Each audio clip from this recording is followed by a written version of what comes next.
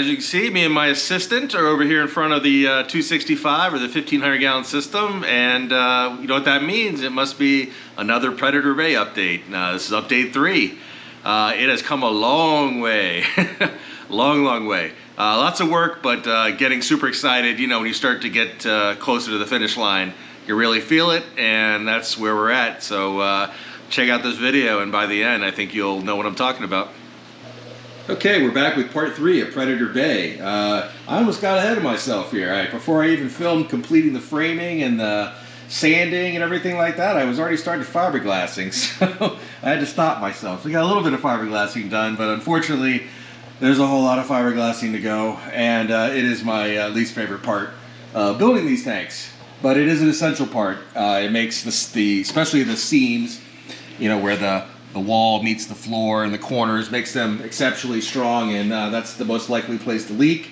And especially on this tank, since it's going to have so much glass, there's not going to be a whole lot of pond armor. So kind of the opposite. Normally, like with the 3000 gallon, there's a ton of pond armor and a relatively small amount of glass, and same with 600. But here, we have lots of glass. Let me see if I can get far enough back, and you can see that this entire 12.5 foot span, the only part that isn't glass is just this one little post in the middle.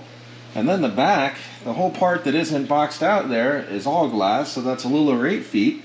And then the I don't know, they're close to 4, not quite 4-inch glass panels on the sides, on both sides.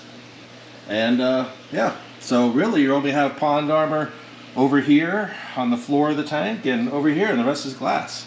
So as you can see, the top of this tank is much meatier because it's doing a lot of the bracing. So a lot of the strength is coming from this top brace up here. So what this has done is it's overlapped on the seams.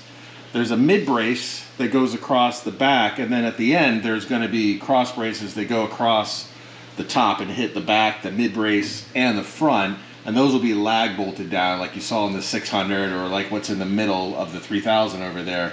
And then this here is just to drop the water level down. So the water level, you know, will be somewhere up in here. And to make it easier on myself, since I have a full 3 feet of glass here, I brought it down a little bit so that when I put the drains in, I have myself a little bit of flexibility in exactly where I place them, because I don't want it to, I mean, obviously, if I place the drain too low, I can't always bring it up and drain higher up, but just bringing this extra piece here, lowering the visual level down, it just gives me a little bit of play there. So as you can see, the entire frame is completed, and I went ahead and filled all the screw holes. So, you know, the floor and on the walls. So we have all those are screwed and filled in. I'll swing around to the back here.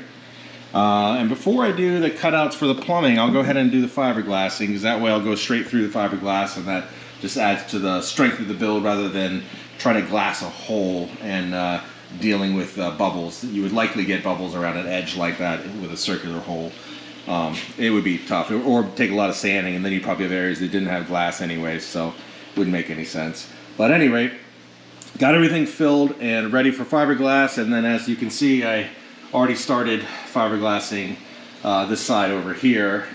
So what's going to come is, what I will do is I will fiberglass everywhere where there's screw holes, everywhere there's a seam, like at a corner here, or like where the bottom meets up to the wall there, across all the screw holes, and of course every seam in the plywood on the bottom, especially the bottom. I always go a little crazy on the bottom of the aquarium, because if you have a leak there, and as we know from previous videos, leaks can happen, the bottom is really tough. You know, I mean, you literally just have to tear the entire thing down, and I don't know, it would be a nightmare. I didn't want to think about it. So I go crazy and I fiberglass the heck out of the bottom, and I usually will put a poured layer of epoxy or of pond armor just to make it super thick. And have it be more or less impossible to leak from there, since everywhere else is a lot easier to deal with if there were a leak.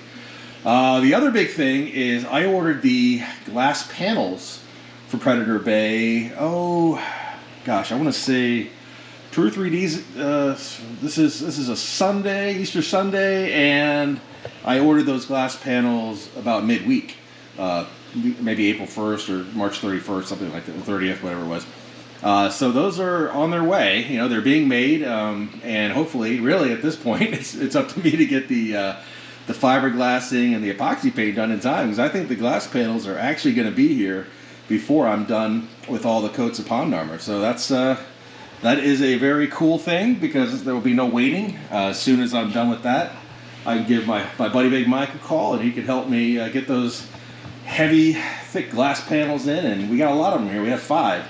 So we're, like I said, we're almost all glass in this tank.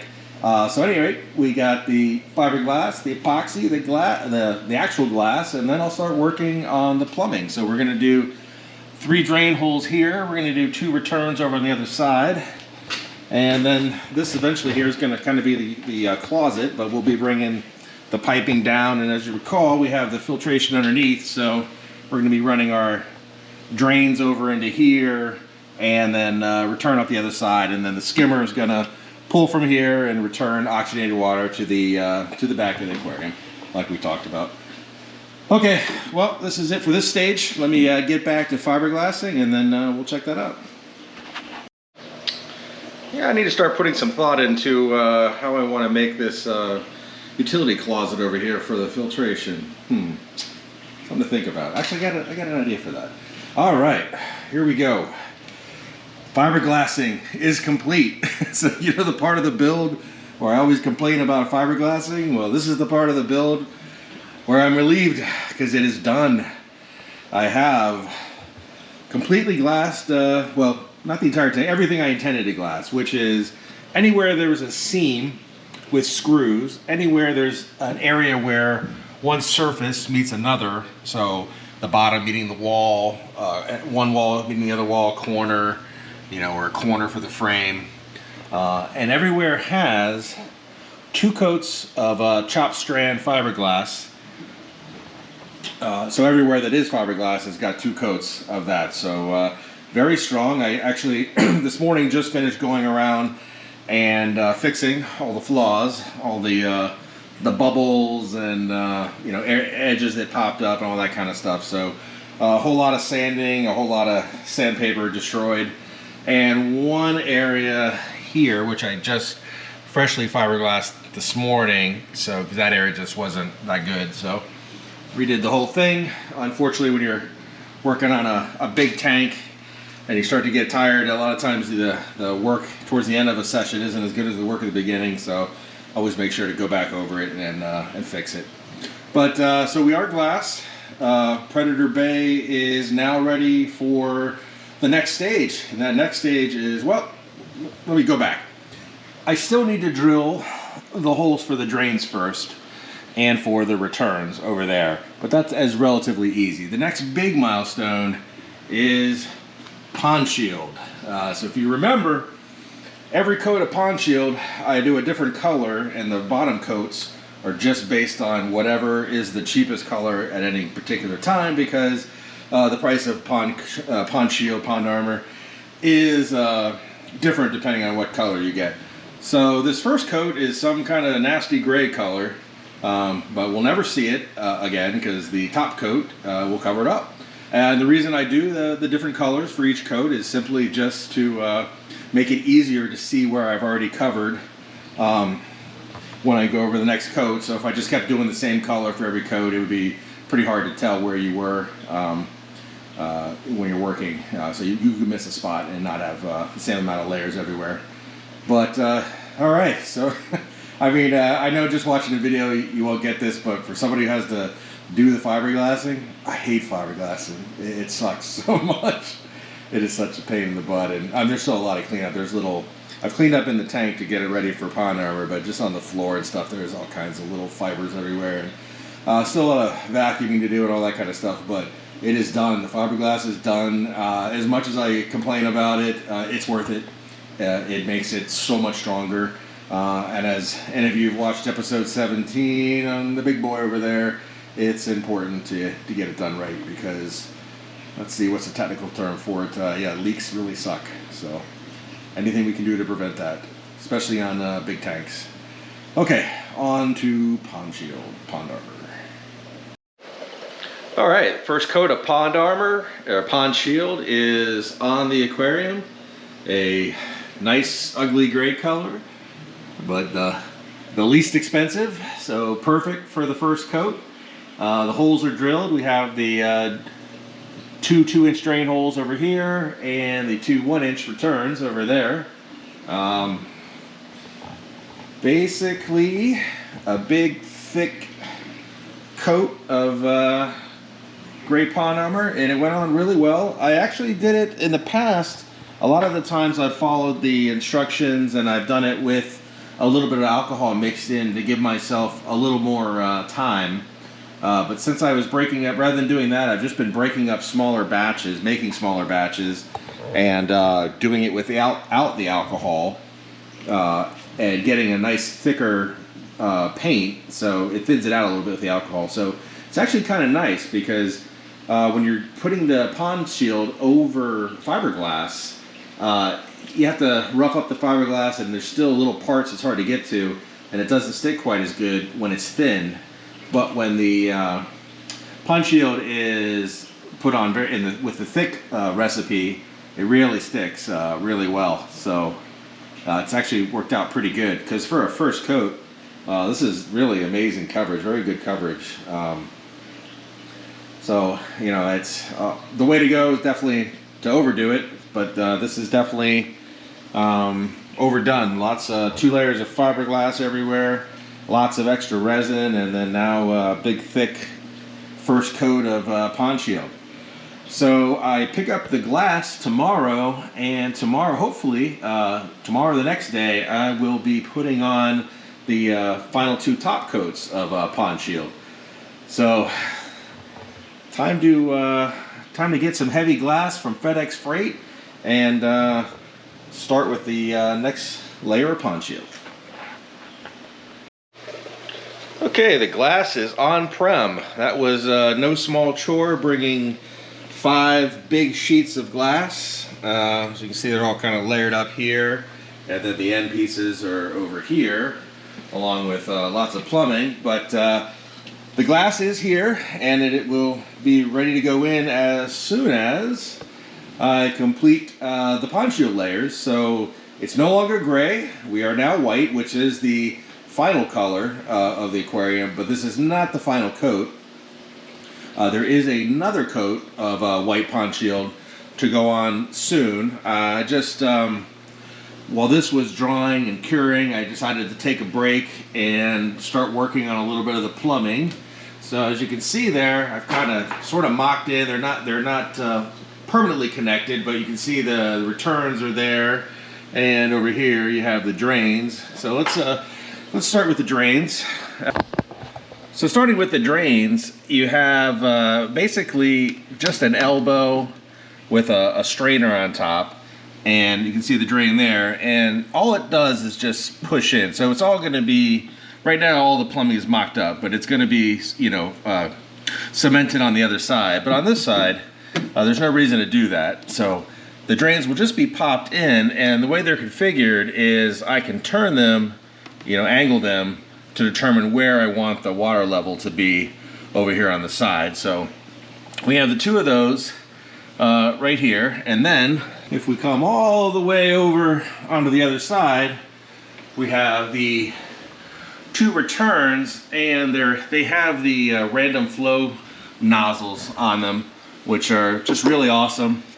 They allow the water to come out at all these different random angles and everything, which is great for creating laminar water flow, or water flow that is indirect in nature, just kind of goes everywhere. And so as you can see, we're returning the water over on this side, and then we're draining it all the way on the other side, and then we are forcing the water to come down and go all the way through our 3 chambers of filtration before it is then once again returned to that side. And to give you a quick look at the plumbing, I have just sort of sat this here, but you can see these aren't cemented in. This is just mocked up right now just to get the cuts right and everything, and then figure out where I need to put the hangers and all that underneath. But so you can see the water's going to overflow here, pulling oxygen with it, keep it flowing smooth, no gurgles, that sort of thing. We're going to come underneath the aquarium, and here's where the hangers are going to be, because obviously when the pipes full of water, it's going to be quite heavy, and they'll be returning down into the first chamber there, which is our aerobic chamber. So this water is going to have a lot of oxygen in it. This is where we're going to pull water from the skimmer. It's going to be the aerobic chamber. It's going to come back down this middle chamber, which is our anaerobic or anoxic chamber. And then our last chamber over here on the far side is just where our return pump's going to be and where we're going to return water from the skimmer. Keeping in mind that we'll have an external skimmer here, and it'll be somewhat of like a utility closet sort of thing. And this is the skimmer over here, the Super Reef Octopus. As you can see, it's external, so it uses a pump to pull from the one chamber, and then it uses tubing to return the extra water back to the aquarium. All right, so the next step is to complete the final coat of pond armor and then work on getting the glass in here. Or in this case, unlike the other builds, instead of just 1 or 2 big pieces of glass, we have 5 big pieces of glass, or at least 3 big ones, and the 2 side ones are, you know, only 4 feet. So it's not as bad as the bigger panels there, but still a chore. But we are making serious progress. The pond armor, well, it'll be this week, and the glass this week. So yeah, it's we are getting really close to being able to start the fill test. And man, after a successful fill test, it's going to be time to escape this beast. It's going to be a lot of sand and a lot of rock, but that's that part right there. You know, once you pass the fill test and you're setting it up for the final thing to have the fish moved over, that's work that is well worth it. I mean, it just, when you get to that point, a big project, it just feels great. But for now, we need to get back to coating pond armor, because you can see with 2 big coats, it's still, you can see the ridges in the fiberglass seams, because I went so thick on that. But better safe than sorry. So there's going to be one last final poured layer on the bottom, and then painting the seams up. And keeping in mind that the outside, you can see I have painted the outside white some, but it's just for kind of a temporary look sort of thing. There will be panels that'll cover it. Usually the way I do it is I'll make a thin panel with magnets, so you can just pull it off and have all the access, especially with this tank, because it's so low, you can't really afford to lose any access. And then on the ends, what I'll do is the side panels will be vented on both sides. Got to keep airflow moving through there. Otherwise, underneath there would just get super humid. We don't want that. We have the mini splits in the basement that are designed to control the humidity down here. So you need the airflow. You need to be opened up. So definitely vents on the ends, and who knows, maybe even some vents on the front. But I can't wait to obviously get this thing running, but also just get the fish basement cleaned up. Whenever I'm working on these big projects, it just becomes a giant mess. I got all kinds of working materials here. I got giant sheets of glass over here. I got plumbing projects going on there. And all that plumbing is actually not just for Predator Bay. That is also for the 3,000 gallon. So big things happening there. And keep an eye out for a interesting little video on the 3,000 gallon. For those people who suggest new fish for the tank, I think they're going to like a little video coming up on that. Okay, that's it for now. I'm going to get back to Pond Shield. Okay, thanks for checking out part 3 of the Predator Bay build. Stay tuned for part 4 and maybe the final part. Who knows? We'll see. I am definitely going to try to make it the final part of the build. But either way, it'll be a lot of progress. We'll definitely, it'll be worth the wait in the end, and for sure you'll see a lot of progress, because I think we're on the big time downward slope right now. I'm feeling it. So see you guys soon, and check out Predator Bay part 4 complete. Who knows?